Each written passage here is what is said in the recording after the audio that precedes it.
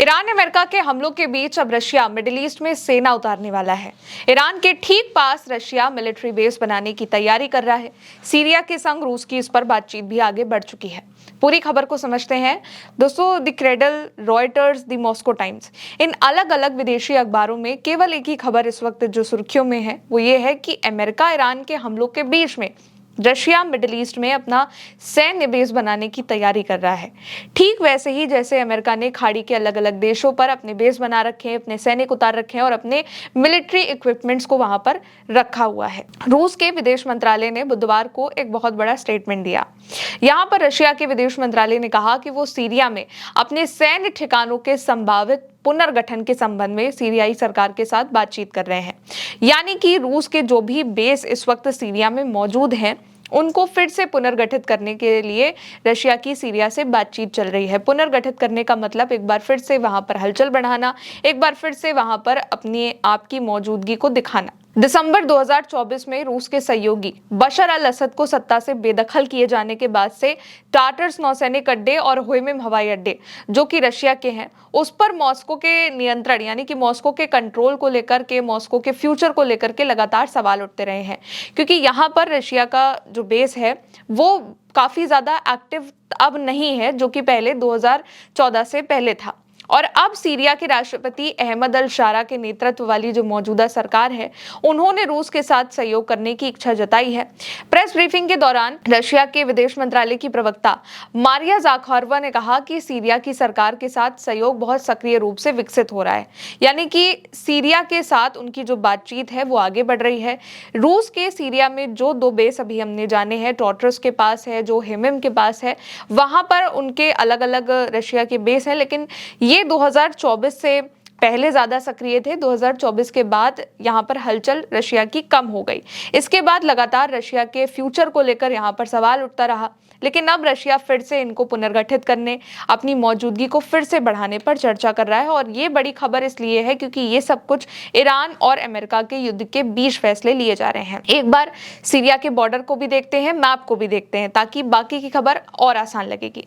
Syria जो आपको इस मैप में दिखाई दे रहा है उसमें सीरिया की जो बॉर्डर है वो आप देखेंगे तो 5 देशों से लगते हुए दिखाई दे रहे हैं, जिसमें तुर्की है, इराक है, जॉर्डन है, इजराइल है और लेबनान है।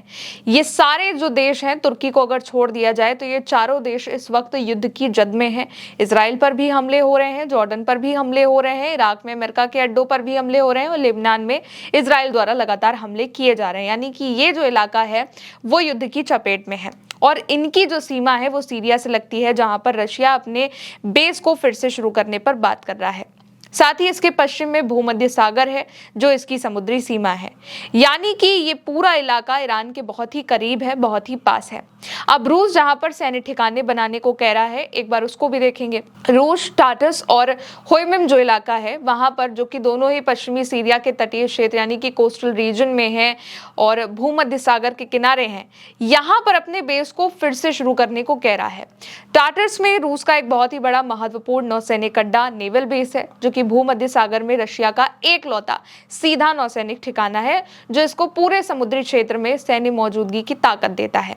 और इसके अलावा होयमिम में रशिया का एक बहुत बड़ा आधुनिक हवाई अड्डा है और ये रशिया का सैन्य एयरबेस का उपयोग पूरे मिडिल ईस्ट में अपने हवाई अभियानों और सैन्य गतिविधियों को संचालित करने के लिए करता है। तो ये क्यों इंपॉर्टेंट है ये इससे बहुत हद तक क्लियर हो गया होगा। पहले रूस के सीरिया में 20 से भी ज्यादा छोटे बड़े बेस और आउटपोस्ट थे, जैसे कि कामिशाली एयरपोर्ट, ये सब। लेकिन 2025 से 2026 में रशिया ने ज्यादातर जगहों से सैनिक को हटा लिया था। अब रूस ने जो हमने ऊपर 2 बेस आपको बताए हैं वही केवल यहाँ पर बचे हुए हैं सीरिया में।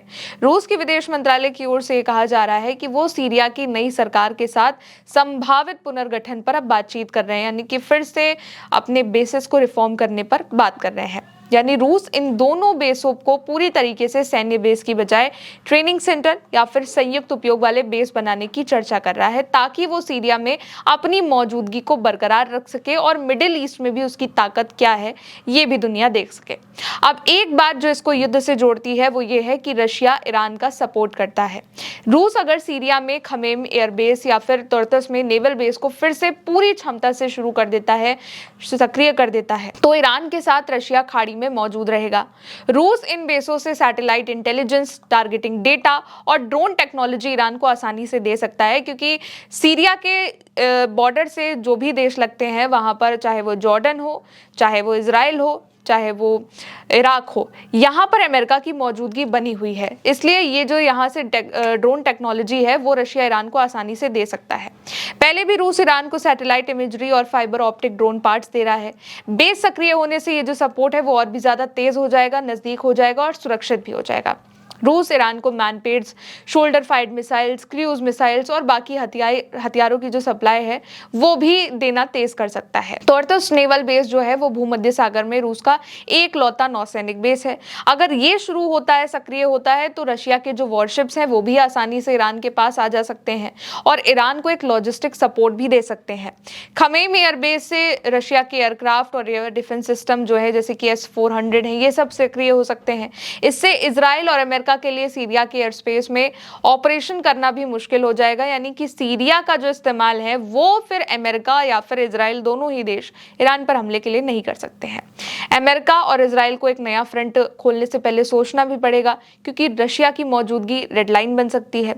लेकिन रूस फिर भी सीधे युद्ध में कूदने की बजाय बिहाइंड द सीन सपोर्ट्स ही देगा।